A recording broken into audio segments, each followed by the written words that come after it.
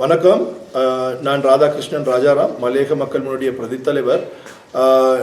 நாடு முழுதும் ஒரு பெரிய அலையை ஏற்படுத்திய, ஒரு பேரிடியை ஏற்படுத்திய என்று சொல்ல முடியும். அந்த ராகலை இருக்கக்கூடிய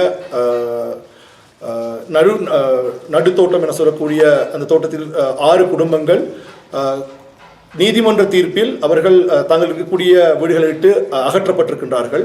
இந்த நேரத்தில் நீதிமன்றத்தினுடைய தீர்ப்பை நாங்கள் விமர்சிப்பதற்கான ஒரு கூட்டமாக ஒரு ஊடக சந்திப்பாக இதனை ஏற்படுத்தவில்லை.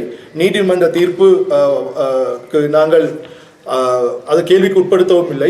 ஆனால் இந்த நீதிமன்ற தீர்ப்பின் மூலமாக கிடைத்த இந்த வெற்றி எல்ஆர்சிக்கு சென்றிருக்கின்றது. ஆகவே எல்ஆர்சி எனக்குரிய காணி சீர்திருத்த ஆணைக்குழுவுக்கு இந்த வெற்றி சென்றிருக்கின்றது என்று சொன்னால், அந்த காணி சீர்திருத்த ஆணைக்குழு ஒரு அமைச்சருக்கு கீழ் வரக்கூடிய ஒரு ஆணைக்குழுவாக இருக்கின்றது.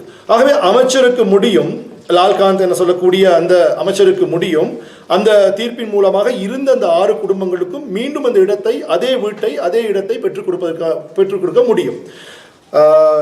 இந்த அரசாங்கம் ஆட்சிக்கு வருவதற்கு முன்பாக அட்டன் பிரகடனம் என்று ஒரு பிரகடனத்தை செய்தார்கள். அதில் பல வாக்குறுதிகளை வழங்கினார்கள். அந்த வாக்குறுதிகள் எந்தெந்த ரீதியில் நடந்தது என்று எங்களுக்கு தெரியவில்லை. ஆனால் அந்த வாக்குறுதிகளிலே பிரதானமான வாக்குறுதியாக இருந்த விடயம் நில உரிமையை இந்த மக்களுக்கு தருவோம் என்று சொன்னது. அதை நம்பிதான் இந்த மக்கள் இந்த அரசாங்கத்துக்கு அதிகமான வாக்குகளையும் அள்ளி கொடுத்தார்கள். ஆகவே நில உரிமையை கொடுக்கக்கூடிய இந்த அரசாங்கம் இன்று இந்த 6 குடும்பங்கள் உள்ள பிஞ்சு குழந்தைகளோடு அவர்களுடைய உடைமைகள், அவர்கள் கஷ்டப்பட்டு இந்த நாட்டுக்காக உழைத்து கொடுத்து அதில் சேர்த்த அந்த பணத்தில் இந்த நாட்டுக்கு உழைத்தும் கொடுத்து அவர்கள் சேர்த்த பணத்தில் இந்த வீடுகளை கட்டி வாழக்கூடிய இந்த சூழ்நிலையில் அத்தனை அவர்களுடைய உடைமைகள் எல்லாம் வெளியேற்றப்பட்டு அந்த மக்கள் இன்னைக்கு நிர்கதியாக, ஒரு அகதிகளாக அந்த மக்கள் வெளியேற்றப்பட்டிருக்கின்றார்கள். ஆகவே இப்பேற்பட்ட காணி உரிமையை தரக்கூடிய இந்த அரசாங்கம் ஏன் உடனடியாக அந்த 6 குடும்பத்துக்கும் தமக்கு கீழ் இருக்கக்கூடிய ஆணைக்குழுவுக்கு சொந்தமான இடமாக இந்த நீதிமன்றம் தீர்ப்பு வழங்கியிருக்கின்ற போதில் அந்த இடத்தை ஏன் உடனடியாக அந்த இருக்கின்ற 6 குடும்பத்துக்கும் கொடுக்கக்கூடாது? ஏன் கொடுக்க முடியவில்லை? கடந்த அரசாங்கம், ஆட்சிகள் எந்த அரசாங்கமும் இருந்தாலும் இந்த சூழ்நிலை நடைபெற்றிருந்தால் உடனடியாக ஒரு தொலைபேசி உரையாடலில் அந்த சம்பந்தப்பட்ட அமைச்சருடன் பேசி இந்த